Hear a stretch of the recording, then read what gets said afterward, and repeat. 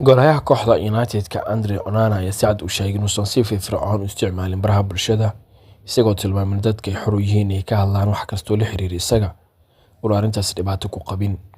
Hadalka ayaa imaanaya xilli Onana hore uga falceliyay muran ka dhashay qoraal saaxiibkii Alexander Garnacho soo dhigay baraha bulshada. Garnacho ayaa la kulmay baaritaan ka yimid xiriirka kubadda cagta Ingiriiska kadib markii uu isticmaalay emoji-ga laga yaabay in loo fasirto si khaldan.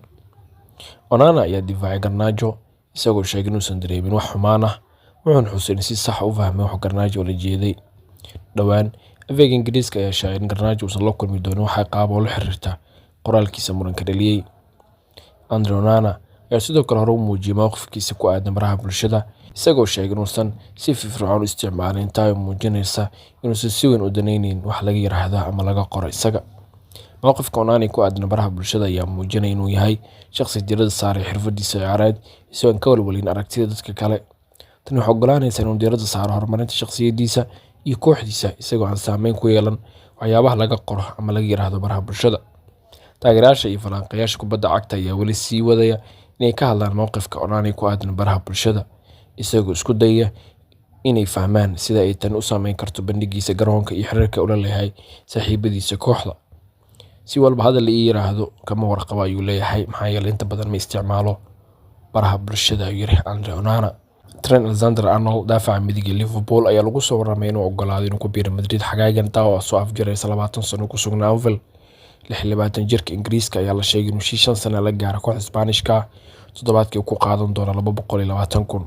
Alexander-Arnold ayaa kaalin muhiim ah ka qaatay guulihii Liverpool PLkii Championka intii uu joogay tababare Jurgen Klopp, isagoo uga tagay Liverpool si bilaash ah marka qandaraaskiisu dhaco. Tani waxay noqonaysaa dharbaaxo weyn oo ku dhacda taageerayaasha Anfield.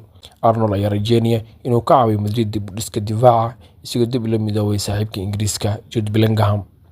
Arrintan waxay niyad-jab weyn ku tahay Arne Slot, waqti badan geliyay sidii uu haysan lahaa Arnold. Mushaharka Arnold ee ku qaadan doona Real wuxuu 40 kun dheer yahay kan hadda uu ka qaato kooxda Liverpool. Xiddiganna wuu aqbalay leeyahay inuu aado halkaasi.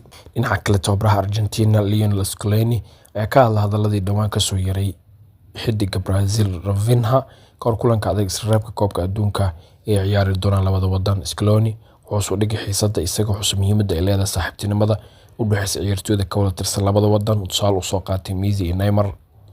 Rafinha oo ah weeraryahan ka tirsan Barcelona ayaa hadallo dhiirigelin ah ku sheegay kulanka soo aadan, isagoo ballan qaaday inuu gool dhalin doono, isla markaana ciyaartu ay noqon doonto mid ka adag midii hore. Hadalladaas ayay u fahmeen Argentinesku inuu yahay hadal hanjabaad ah. Macalinka wuxuu yidhi wuxuuna ku adkaystay in kulankan yahay mid muhiim ah, balse ugu dambeyn waa ciyaar kubadda cagta ah, loona baahan yahay in la xasuusto saaxiibtinimada iyo ixtiraamka u dhexeeya ciyaartooyda labada xul. Wuxuu tusaale u soo qaatay xiriirka dhow ee ka dhexeeya Messi iyo Neymar. Macalinka ayaa sidoo kale xusay in kastoo kulanku yahay mid xiiso leh, ay muhiim tahay in la ilaaliyo xasilloonida iyo ixtiraamka, isagoo carab ku adkeeyay in ciyaartu ay tahay fursad lagu muujiyo xirfadda iyo saaxiibtinimada u dhaxaysa ciyaartooyda labada xul. Wuxuu leeyahay sheekadu buuq ayaa laga dhigin, maadaama wadamadan ay yihiin ciyaartooydooda kuwa saaxiibaha kooxahana u soo wada ciyaaray.